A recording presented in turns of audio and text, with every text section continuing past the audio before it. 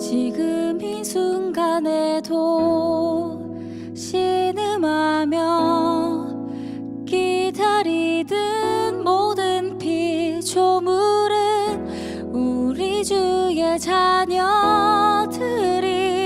나타나길 곤히 기다리네.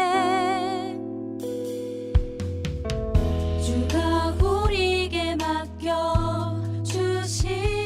이 땅의 모든 생명들은 그의 영광을 영원토록 우리와 함께 찬양하리니. 주가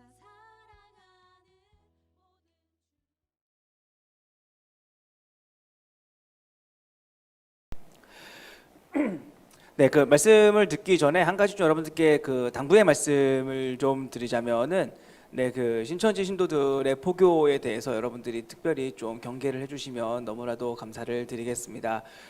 신천지가 그 피해자들과의 그 재판에 있어서 그 배심원석을 모두 다 그 몰수하는 바람에 이게 그 재판에서 승소를 하는 결과가 나타났습니다. 그래서 그들은 더 이상 법적으로도 숨길 게 없기 때문에 이제는 오픈 포교를 해요. 자신들의 정체를 드러내고 자기가 신천지다라고 하는 것을 드러내고 이제 포교를 하기 때문에 여러분들의 각별한 주의가 필요합니다.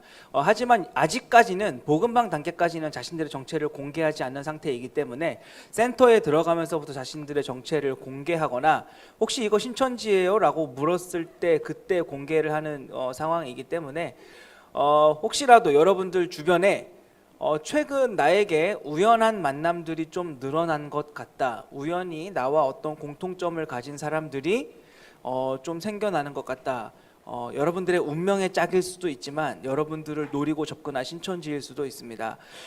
따라서 뭐 모두 다 신천지라고 뭐 싹 잡아서 말할 수는 없겠지만 우연한 만남들이 잦아지고 있는 것 같다라는 생각이 들 때 네, 저에게 말씀해 주시면은 여러분들께 큰 도움을 드릴 수 있도록 최대한 노력을 하겠습니다. 교회 밖에는 구원이 없습니다.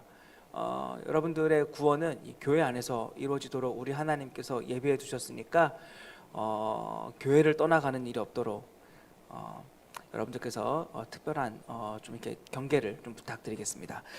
오늘 함께 나눌 하나님의 말씀은 구약성경 잠언 14장 20절 21절 말씀입니다.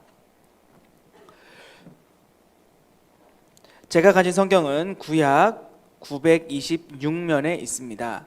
구약성경 잠언 14장 20절 21절 말씀입니다.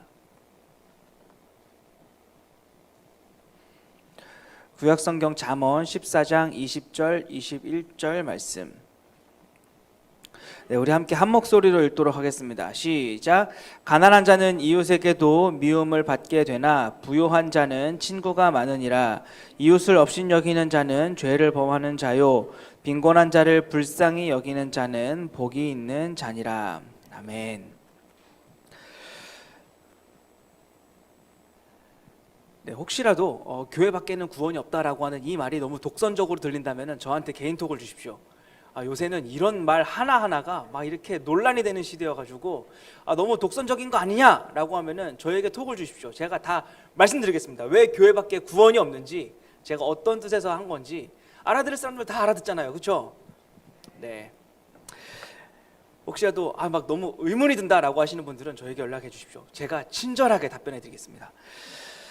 네, 자녀 교육에 있어서 가장 중요한 것은 어떤 상황에 대한 부모의 일관성이라고 합니다.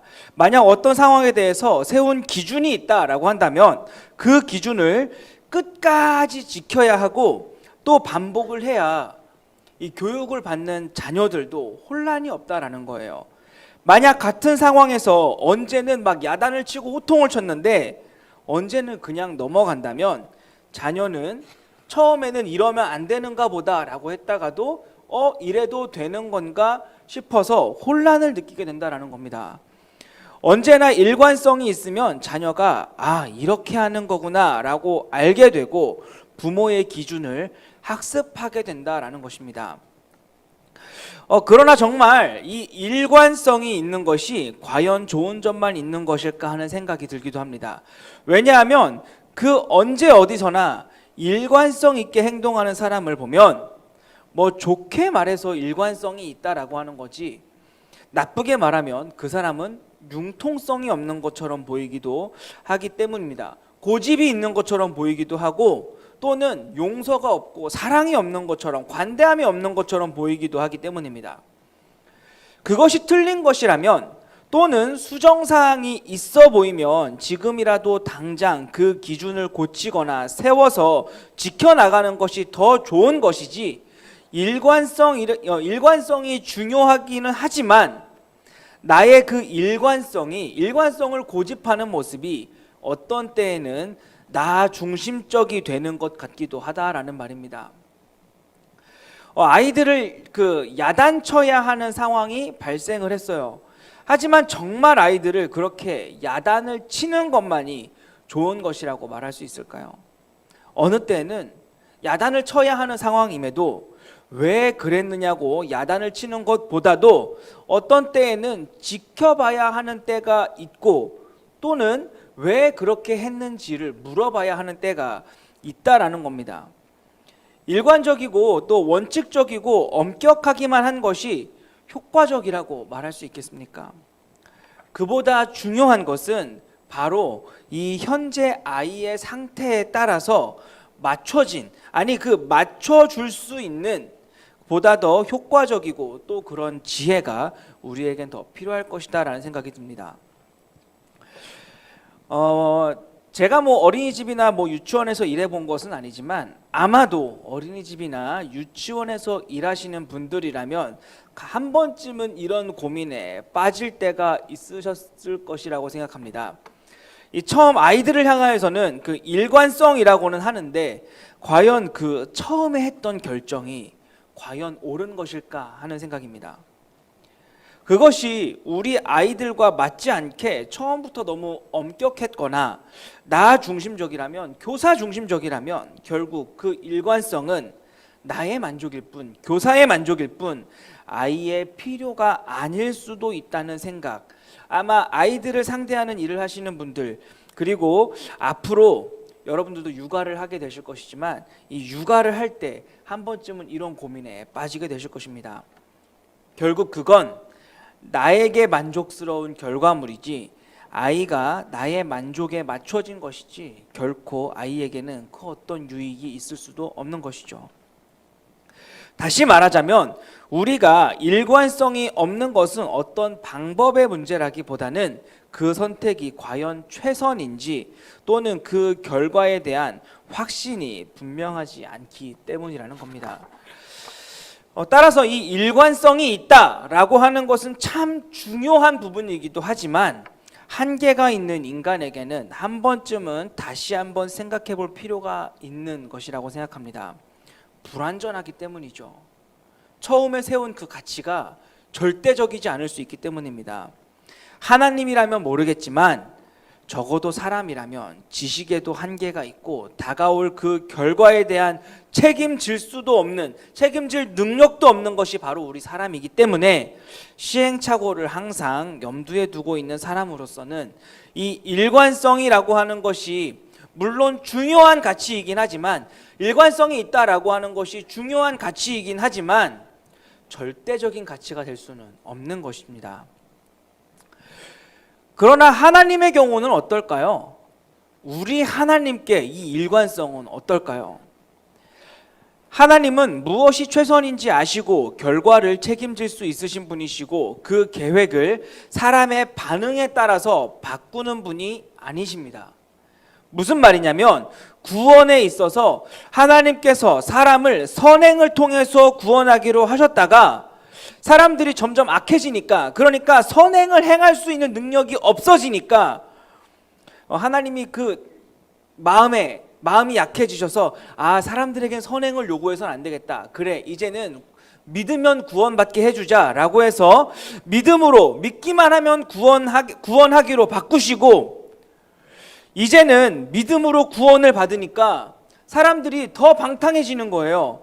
그래서 자꾸 음행을 행하고 욕심에 따라 살면서 거룩과는 점점 거리가 먼 행동을 하니까, 구원을 받았음에도 불구하고 하나님과 점점 상관이 없는 행동을 하니까 안 되겠다, 이대로 가다가는 정말로 더 악해지겠다, 구원받은 사람들조차도 악해지겠다 싶어서 하나님께서 다시 그래 이제는 선행을 통해서 구원을 하겠다라고 구원의 계획을 바꾸신다면,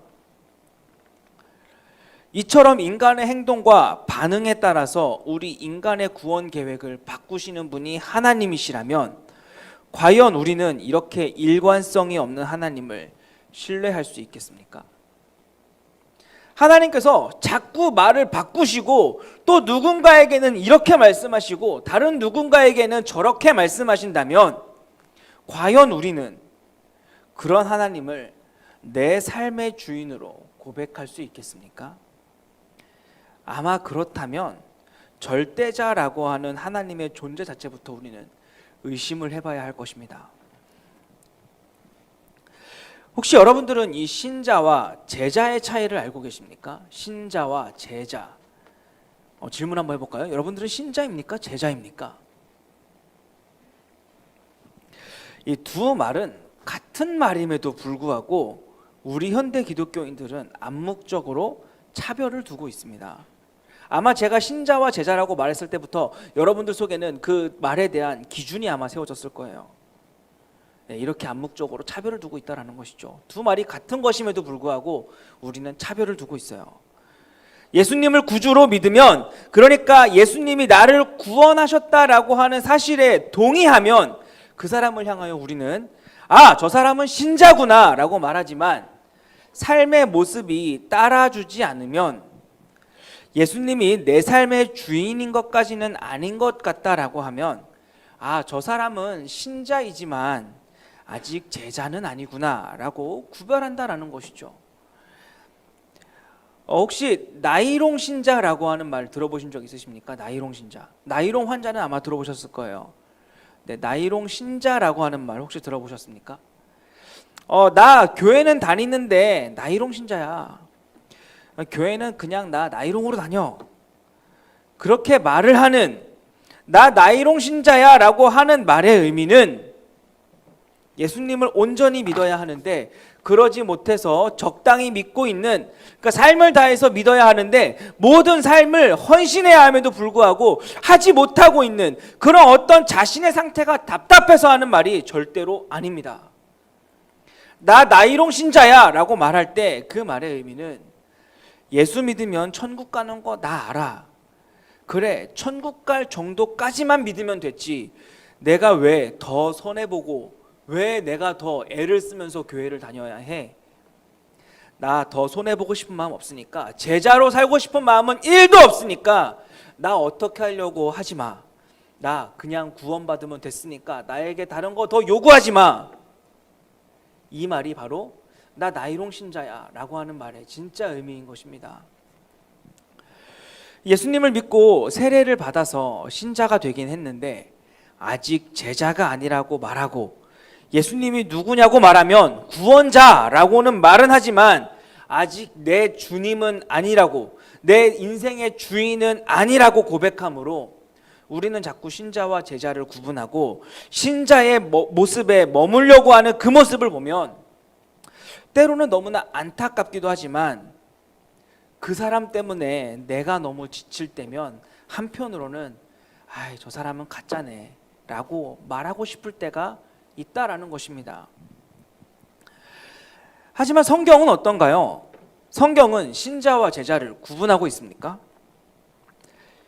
신자는 구원받지 못하고 제자로 살아야만 구원받을 수 있다라고 말하고 있나요? 그렇지 않습니다. 믿는다는 고백에서 멈춘 신자와 믿음뿐만 아니라 행실에까지 변화를 가져온 제자를 성경은 구분하고 있지 않습니다. 따라서 신자에 머물러 있고 제자로 살지 않는 것은 구원을 받을 수 없다고 그렇게 말을 하고 싶어도, 우리 하나님의 구원 계획에 변화가 없다면, 그러니까 믿음으로만 구원을 받을 수 있다라고 하는 그 구원 계획에 우리 하나님의 변화가 없다면, 믿음으로만 구원받는다고 말하는 것은 오히려 성도들을 태만하게 만드는 것처럼 느껴진다라는 것입니다. 그러니까 이제는 더 이상 믿음으로만 구원을 받을 수 있다고 말하는 것이 아니라 이제는 좀 행위를 강조하고 싶어서 사람들이 좀 더 변할 수 있도록 말하고 싶을 때가 있다라는 거예요. 아마 이 자리에 행위로의 구원을 말하면 우리 청년부는 조금 더 역동적으로 변할 것입니다. 아마 그럼 우리 청년부는 행위로만 구원을 받을 수 있습니다 라고 말을 한다면 우리 청년부는 수동적이 아니라 엄청나게 능동적으로 변할 겁니다. 아마 목회자들이, 리더들이 더 이상 사정사정할 필요가 없을 겁니다. 그래서 이제는 더 이상 믿음으로만 구원을 받을 수 있다라고 말하는 것이 아니라 이제는 행위로만 구원을 받을 수 있다라고 말을 해서 성도들을 변하게 하고 싶을 때가 있다라는 거예요. 그냥 예수를 믿어서 구원을 받는 것이 아니라 정말로 이제부터는 구원을 받으려면 주일날 교회를 나오는지를 봐야 하고 11조를 과연 꼬박꼬박 내는가를 봐야 하고 그것을 통해서 이 사람이 진짜 신자인지 아닌지를 봐야 하고 11조를 내면 신자, 11조를 내지 않으면 물질을 아까워하는 비신자로 정죄를 하고 헌금을 얼마나 내는지를 확인해서 많은 액수를 내면 신실한 신자로 적은 액수를 내거나 내지 않으면 하나님보다 돈을 더 사랑하는 비신자로 구분하며 그런 것들을 체크해서 이 사람이 과연 수요 예배에 나오는가 안 나오는가, 금요 예배는 나오는가 안 나오는가, 새벽 예배는 나오면 얼마나 나오는가, 주일 예배는 과연 소그룹까지 참석을 하는가, 성경 공부는 얼마나 하고 있는가, 큐티는 하고 있는가, 한다면 일주일에 몇 번을 하는가, 주중에 소그룹 카톡방에 출석 체크는 잘 하고 있는가, 양리가 톡을 하면 누가 가장 빨리 답을 하는가, 소그룹 카톡방에 누가 가장 말을 많이 하고 있는지, 전도는 하고 있는지, 한다면 몇 명이나 하고 있는지 등을 질문해서 그 성과들로 구원받았는지를 확인하고 그런 행위가 따라오지 않는다면 그 사람은 구원받았다라고 말하면 안 된다라고 말하면 아마 우리 청년부는 보다 더 능동적으로 바뀔 겁니다. 아마 리더들은 보다 더 편해질 겁니다. 아니 서로 리더를 하려고 하겠죠. 왜? 그것도 성과니까. 구원의 확신이 있다고 느끼게 만드는, 그리고 내가 참 신앙생활을 잘 하고 있다고 생각하게 만드는 그 근거들이 믿음이 아니라 내가 행하고 있는 행동과 행위에서 나타난다고, 내가 한 것에 의해서 구원의 확신을 가질 수 있다라고 말할 때 성도들의 삶은 급격하게 바뀔 것입니다. 그리고 만약 교회가 그렇게 말한다면 분명 사람들은 지금처럼 가만히 있기보다는 분명하게 움직일 것입니다. 무언가를 해보려고 할 때 분명 지금보다는 쉬울 것이고 그 결과도 확실할 것입니다. 그러나 그것이 훨씬 더 쉬운 방법임에도 불구하고 우리가 그렇게 말할 수 없는 것은 그것이 맞는 말이 아니기 때문에 그렇습니다. 예수님은 행위로 구원받을 수 있다라고 말한 적이 없기 때문에 그렇습니다. 따라서 우린 구원에 있어서만큼은 어떤 행위도 요구해서는 안 됩니다. 구원에 있어서만큼은 어떤 모양이라도 성과와 선행을 말하지 말아야 합니다. 오히려 우리는 어려울수록 더욱 믿음을 말해야 하는 것입니다. 우리 한국 교회의 문제가 무엇이냐라고 이야기를 하면 너무 믿음만 강조해서 행위를 잃어버린 것이 문제가 아니라 사실은 이 믿음을 한결같게 전하지 않았다라는 것에 문제가 있습니다. 성도들에게 이 믿음에 관해서 일관성 있게 말하지 않았다라는 겁니다. 여기서는 이렇게, 저기서는 저렇게, 코에 걸면 코걸이처럼 말하고 귀에 걸면 귀걸이처럼 사람의 입맛에 맞게 믿음을 전했다라는 것이 우리 한국교회의 문제다라는 것이죠. 다시 말해 믿음으로 구원에 이른다라고 말은 하는데 막상 교회에서 요구하는 것은 행위를 요구했다라는 겁니다. 따라서 성도들로 그 믿음도 행위도 그 둘 사이에 있는 그 관계를 알 수 없게 만드는 것, 믿음과 행위가 어떻게 서로 관계가 있는지 혼란스럽게 만든 것이 가장 큰 문제라고 할 수 있습니다. 여러분들은 믿음과 행위의 관계에 대해서 어떻게 알고 계십니까? 진짜 믿음이 무엇인가? 정말 예수님을 믿는다라고 하는 그 믿음이 무엇인가?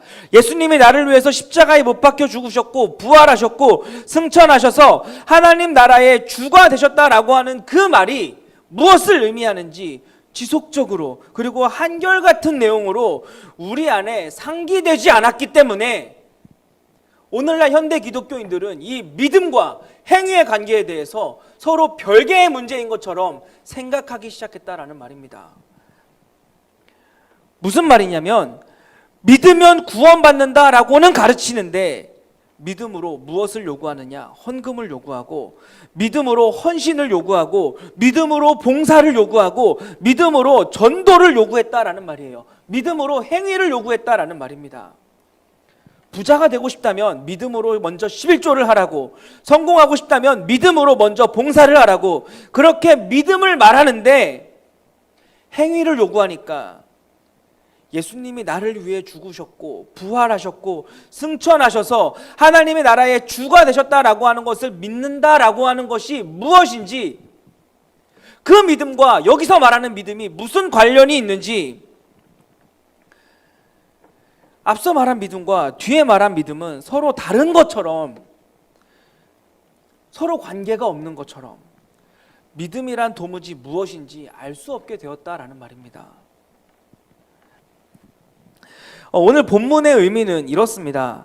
가난한 자는 이웃에게도 미움을 받게 되지만 부요한 자는 친구가 많다라고 하는 이 말은, 사람들은 부자와는 친하게 지내려고 하고 부자와는 그 없는 친분도 어떻게든 만들어서 이어지려고 하지만 어느 누구도 가난한 자와는 친해지려고 하지 않고 가능한 그들과는 있는 친분도 기억하려고 하지 않는다라는 말입니다. 그리고 이 가난한 자들과 있는 그 친분도 기억하지 않으려 한다는 말은 곧 21절의 말씀처럼 이웃을 업신여기고 무시하는 태도를 말하는 것이고, 가난한 자, 빈곤한 자를 불쌍히 여기지 않고 오히려 모른 척하고 돌보지 않는 태도를 가리키는 것입니다. 그러면서 오늘 본문은 빈곤한 자, 가난한 자를 불쌍히 여기는 자에게는 복이 있다라고 말하고 있습니다. 그러니까 오늘 본문은 쉽게 말해 가난하고 빈곤한 자를 돌보라고, 그렇게 가난하고 빈곤한 자들을 돌보는 사람들에게는 복이 있을 것이라고, 그들이 복 있는 자들이고 또 그렇게 가난하고 빈곤한 자들을 돌보는 사람들이 의로운 사람들, 지혜자다라고 말하고 있는 겁니다.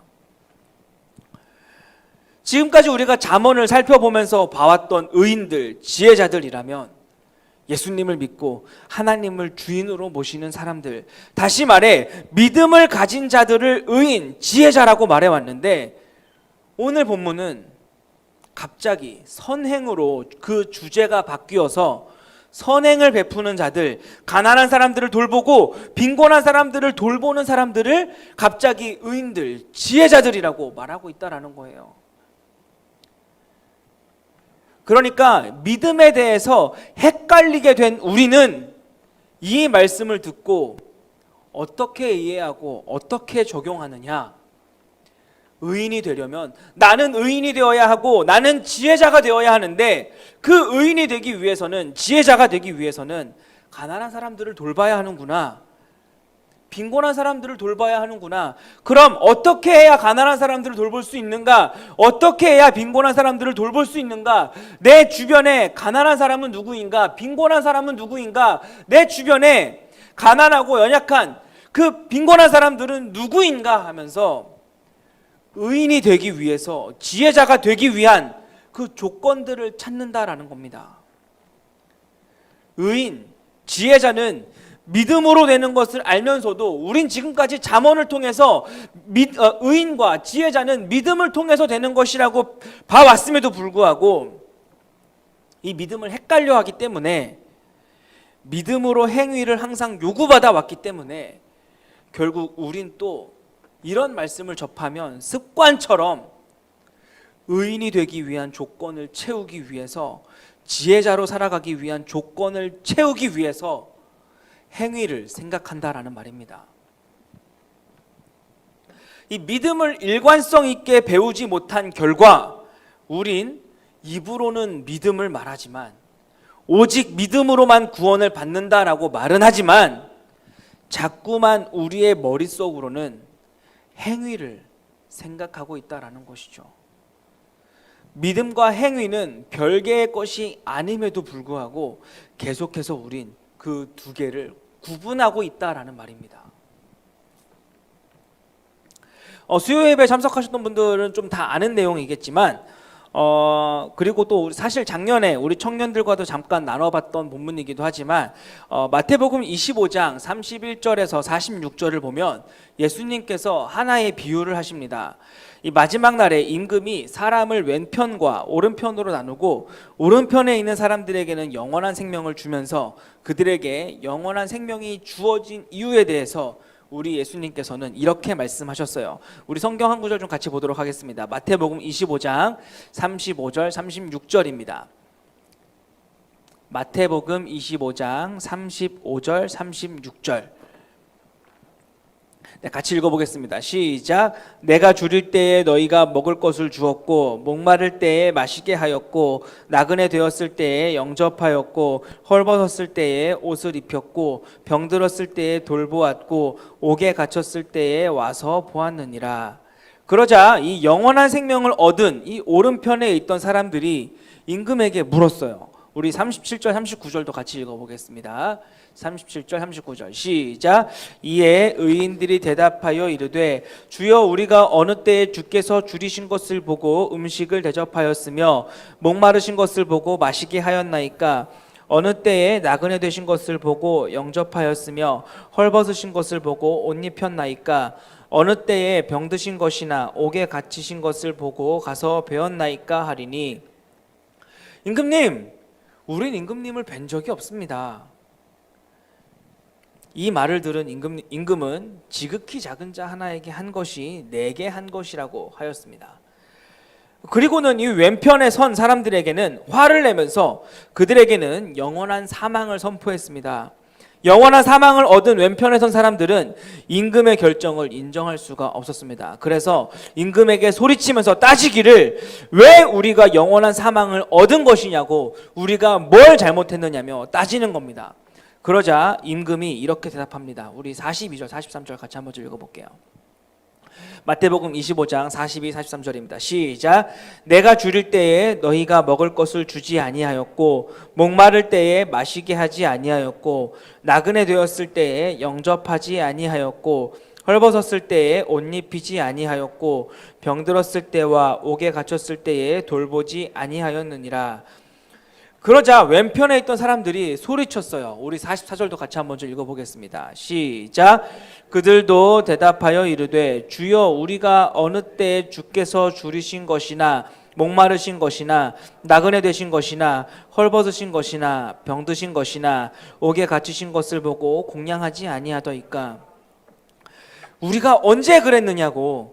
아니, 우리에게 기회를 준 적이 있느냐고. 기회를 줬다면 어떻게 우리가 그러지 않았겠느냐며 임금의 결정을 따를 수 없다고 하자 임금이 말하기를 지극히 작은 자 하나에게 하지 않은 것이 나에게 하지 않은 것이다 라고 말했습니다. 이런 본문을 접하고 나면 구원의 조건은 마치 행위, 선행처럼 느껴집니다.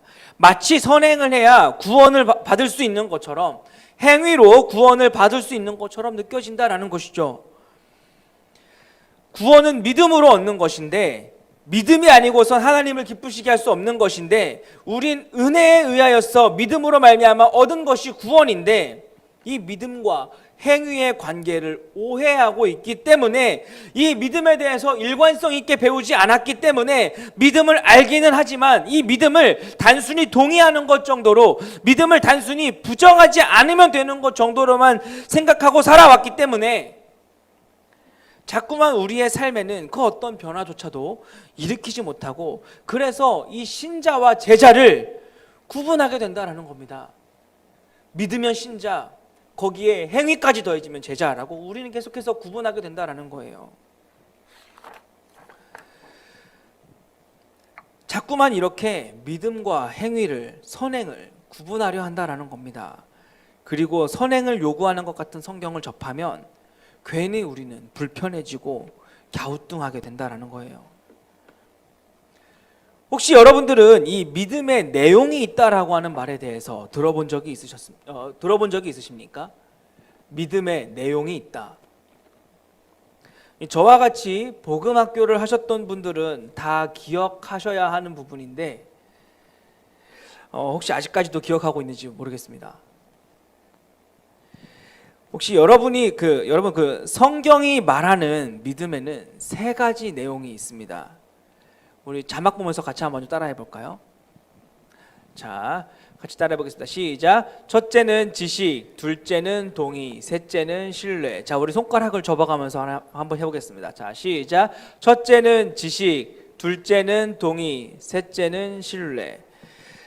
네, 알고 그 아는 것에 동의하면 그 동의하는 바를 신뢰하기 때문에 행동이 바뀌는 것입니다.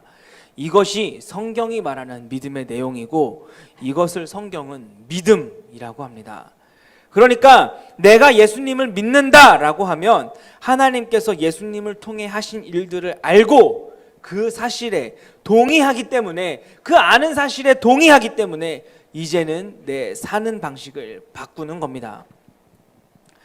그러나 너무나 많은 사람들이 이 두 번째에서, 그러니까 이 동의에만 그치고 있기 때문에, 믿음을 단순히 이 동의로만 생각을 하기 때문에 그냥 그것이 틀렸다라고 말하지 않으면, 그냥 인정만 하면 되는 것 정도로만 알고 있기 때문에 결국엔 가장 중요한 이 아는 것과 신뢰하는 것을, 신뢰하기 때문에 따르는 그 행동의 변화를 별개의 문제라고 생각을 하고 그것을 손해보는 것으로 생각을 해서 신자에서 머물기를 바라고, 그러니까 단순히 동의하는 것에서 머물기를 바라고 결국 알고 또한 신뢰하는 내용에까지는 이르지 못하고 결국 삶의 그 어떤 변화도 가져오지 못하는 겁니다.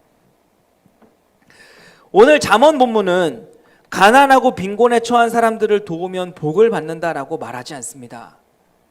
그러니까 복을 받는 조건으로 가난하고 빈곤에 처한 사람들을 도우라고 선행을 강조하거나 요구하고 있지 않다라는 거예요.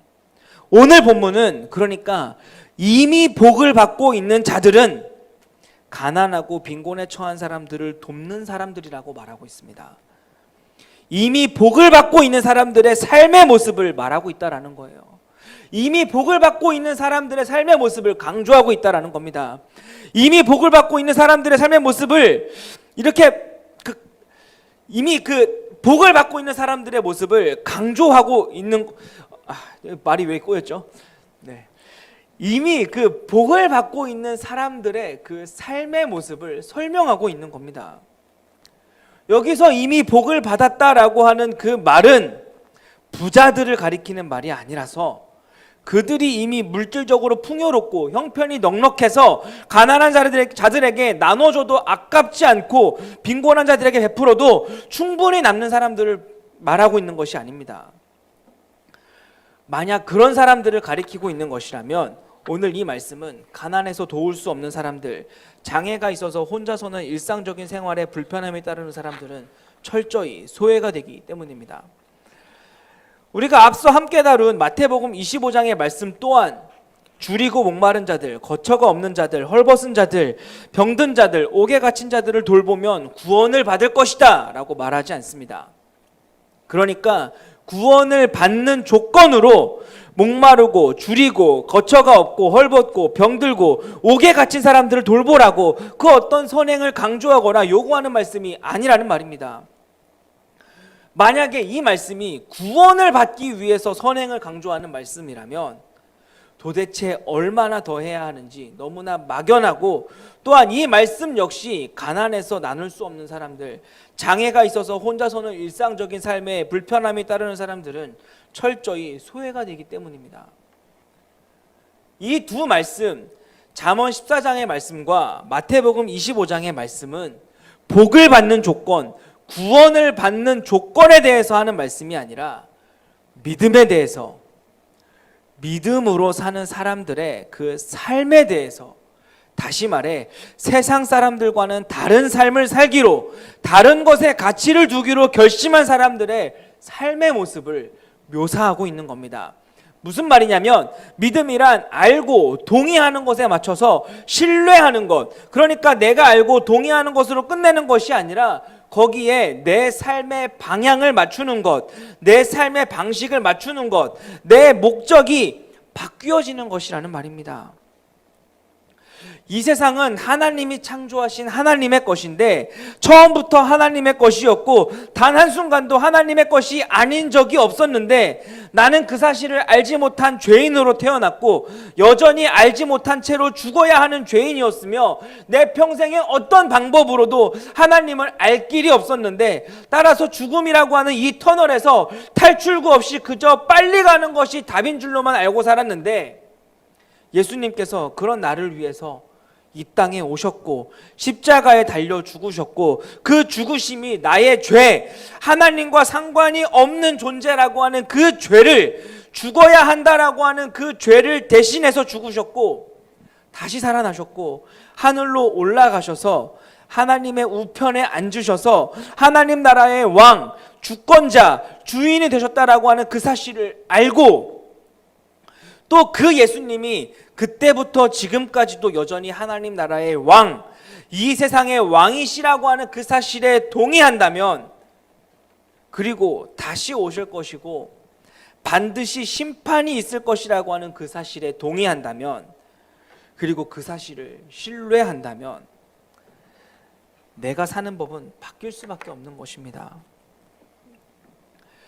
지금 이 세상의 주인은 예수님, 그러니까 지금 내가 살고 있는 이 세상의 진짜 주인은 예수님이신데, 그래서 내 주인도 예수님이시고 그 내 주인 되신 예수님이 이 세상을 다스리고 계시고 그 예수님이 나에게 하나님의 나라를 허락하셨고 그 하나님의 나라가 이제 곧 올 것인데 가까이 왔고 어제보다 오늘, 오늘보다 내일 더 가까이 갈 것인데 어떻게 우리의 그 사는 방식이 세상 사람들과 그 사는 방식이, 목적이, 목표하는 것이 같을 수 있겠느냐는 말이에요. 알고 동의하고 신뢰하는 믿음의 사람들은 삶의 방식이, 삶의 목적이 바뀔 수밖에 없습니다. 지금까지는 썩어질 이 세상이 전부인 줄 알고 이 세상의 것을 더 얻기 위해서 살아왔는데, 그래서 가난한 자들과는 상종도 하지 않았고 어떻게 하면 콩고물이라도 떨어지는 것을 받아 먹을 수 있을까 싶어서 부자들과 친하게 지냈고, 부자들과 친하게 지내질 수 있다면, 권력자들과 친해질 수 있다면, 상급자들과 더욱 두터운 관계를 유지만 할 수 있다면 내 손바닥에 지문이 없어지더라도 자존심도 간도 쓸개도 다 팔아서 그들을 붙잡을 수 있었지만, 이제는 이 세상이 전부가 아닌 것을 알기 때문에, 그리고 그 사실에 신뢰하기 때문에 지금도 우리 예수님은 이 세상에서 하나님의 나라를 완성하시기 위해서 비록 우리 눈에는 보이지 않지만 다시 오시기 위해서 지금도 하나님의 나라를 완성하시고 있는 것을 알기 때문에, 동의하기 때문에, 그리고 그때를 신뢰하기 때문에 이제는 이 세상의 것을 더 갖는 것이 의미가 없고 더 앞서 나가는 것이 가치가 없는 일이어서 이제는 내 손에 쥐고 있는 것도 놓을 수 있고 이제는 없어서 손을 벌리고 있는 자들에게 나눠줄 수 있는 것입니다. 지금까지는 이 세상이 전부인 줄 알았기 때문에 한 손에 쥐고 있으면서도 다른 한 손까지도 더 쥐기 위해서 살았는데, 그래서 굶주린 사람들을 보면 어떻게 하면 저자들에게 내 것을 빼앗기지 않을 수 있을까를 고민해왔고, 목마른 자들을 보면 어떻게 하면 적게 나눠주고 내가 생색을 낼 수 있을까를 고민해왔고, 나그네들을 보면 어떻게 하면 저 한 번 보고 말 사람들을 내가 어떻게 등쳐먹을 수 있을까를 고민해왔고, 헐벗은 사람들을 보면 어떻게 하면 저 사람의 옷까지뿐만 아니라 등골까지도 빼먹을 수 있을까를 고민해왔고, 병든 자들을 보면 어떻게 하면 저 사람을 내게서 떼어놓을 수 있는지를, 갇힌 자들을 보면 어떻게 하면 저 사람을 내게서 멀리할 수 있는지를 고민해왔다면, 이제는 이 세상이 전부가 아닌 것을 알기 때문에, 동의하기 때문에, 신뢰하기 때문에 이제는 죽어서 끝나는 것이 아니라 반드시 심판이 있고 반드시 하나님의 나라가 있고 그 하나님의 나라로 가는 길이 내 눈앞에 펼쳐졌기 때문에 내가 그 길로 걸어가기로 했기 때문에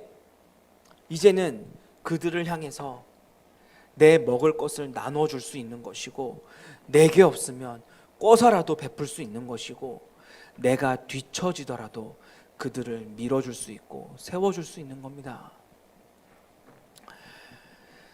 그런데 오늘날 현대 기독교인들은 이 믿음에 대해서 일관성 있게 배우지 못했습니다. 그저 알고 동의만 하는 것으로 배웠고 믿음이랍시고 행위를 끌어내는 어떤 수단으로만 배웠기 때문에 믿음과 이 행위를 별개의 것으로 배웠기 때문에 믿으면 다 된다고 해서 믿었는데 믿기만 하면 된다고 해서 시작했더니 이제부터는 행위를 요구해서 그 믿음으로 행위를 요구해서 주일에 나와라, 행사에 나와라, 헌금해라, 봉사해라, 섬겨라 하는 것도 내가 이제는 속는 것 같은데 세상에서 사는 것마저 손해보는 것처럼 살라고 하니까 바보처럼 살라고 하니까 그냥 난 신자로 살고 싶을 뿐인데 그냥 구원만 받았으면 됐는데 그래서 믿으면 구원 받는다고 해서 그냥 믿기만 했는데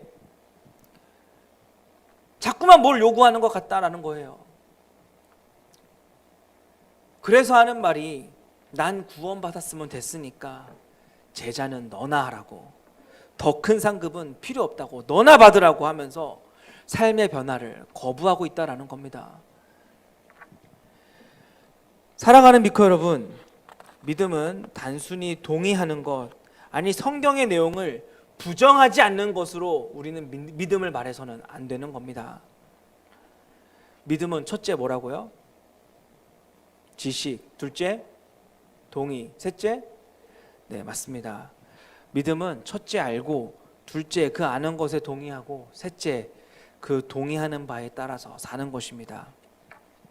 예수 그리스도께서 우리의 죄를 대속하셔서 이제 우리의 주인이 되셨고 하나님 나라의 주가 되셨다라고 하는 사실을 알고 그 사실에 동의하고 이제 그 동의하는 바에 따라서 이제 우리의 주인을, 우리가 이 세상을 살아가는 삶의 목표를, 삶의 방식을 그 주인에게 맞춰 바꾸는 것입니다. 그것이 믿음입니다.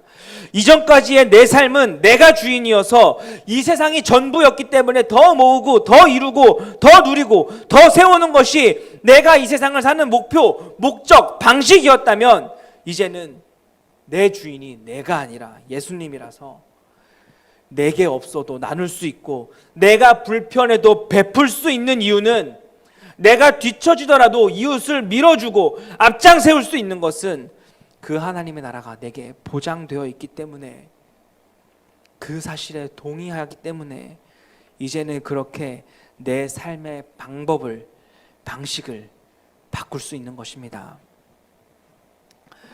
오늘 말씀은 복을 받는 비결을 말하거나 또는 복을 받을 수 있는 어떤 행위를 요구하는 것이 아니라 믿음은 아는 것을 넘어, 동의하는 것을 넘어 변화된 삶이라고 하는 그 변화된 삶을 사는 사람이, 그 참 믿음을 가진 사람이 복 있는 자라고 말하고 있는 것입니다.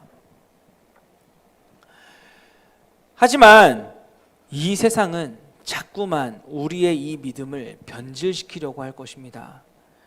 믿음과 행위, 선행이 마치 별개인 것처럼 보이게 할 것이고 자꾸만 세상은 우리의 믿음을 단순한 이 동의에서 머물게 할 것이고 자꾸만 세상은 영원한 생명을 위해서 내 삶을 바꾸는 것을 손해보는 것처럼 생각하게 만들 것입니다. 그렇게 계속해서 우리의 믿음을 뒤흔들고 연약하게 만들고 변질시키려고 할 거예요. 그러나 믿음은 첫째 알고, 둘째 동의하고, 셋째 신뢰하는 것, 아는 것에 동의하고 동의하는 것을 신뢰하기 때문에 내 삶을 바꾸는 것을 믿음이라고 합니다. 그리고 그것이 바로 성경이 말하는 참 믿음, 바로 구원에 이르게 하는 믿음인 것입니다. 사랑하는 미커 여러분, 길게 말했지만 정리하자면 믿음은 결국 다른 가치를 가지고 살아간다라는 말입니다. 세상 사람들과 다른 가치를 가지고 살겠다라는 말입니다. 올해 우리 교회의 주제성구이자 우리 청년부의 주제성구는 바로 히브리서 11장 38절 상반절 말씀인데 우리 같이 한번 좀 읽어보겠습니다. 히브리서 11장 38절 상반절 시작. 이런 사람은 세상이 감당하지 못하느니라. 이 말씀의 원어를 직역하면 다음과 같습니다. 우리 함께 읽어볼게요. 시작. 세상은 그들에게 아무 가치가 없었습니다. 우리 한 번 더 읽어볼게요. 시작. 세상은 그들에게 아무 가치가 없었습니다. 우리에게 세상이 아무 가치가 없을 수 있는 이유는 우리가 다르게 살기로 내게 보장된 하나님 나라와 그 하나님 나라의 주인 되신 예수님께 내 모든 가치를 두기로 결정했기 때문입니다. 단순히 그 사실을 알고 부정하지 않는다라고 해서 그 나라가 내게 공짜로 주어지는 것 아닙니다. 하나님 나라는 세상의 가치를 두지 않고 하나님 나라의 가치를 두어서 삶을 바꾸고 목표를 바꾸고 방식을 바꾼 사람들, 믿음을 가진 사람들에게 있는 것입니다. 그리고 전 그것이 우리 미라클 커뮤니티라고 하는 그 이름이 가진 뜻이라고 생각합니다. 세상과 다른 가치를 사는 것, 그래서 이 세상조차도 감당할 수 없는 것, 그것이 기적이 아니라면 뭐가 기적이겠습니까? 예수님을 주인으로 모시고 그 주인이신 예수님과 함께 동행하는 삶, 더 가진 것을 많다라고 말하지 않고 더 높은 것을 크다고 말하지 않는, 오직 예수님께만 드리고 예수님만 높아지실 것을 추구하는 삶, 그것이 우리에게 가장 중요한 가치이고 그런 삶을 살게 된 것 자체가 기적과 같은 일 아니겠습니까? 믿음이란 알고 동의하고 삶으로 실천하는 것입니다. 믿음이란 예수님이 내 삶의 주인이심을 알고 그 사실에 동의해서 내 삶의 주인을 바꾸는 것입니다. 내 삶을 바꾸는 것입니다. 사랑하는 미코 여러분, 믿음이란 가치를 바꾸는 겁니다. 이 사실을 아시고 동의하신다면 이제는 그렇게 사시기를 바랍니다. 그것이 구원에 이르게 하는 참 믿음입니다.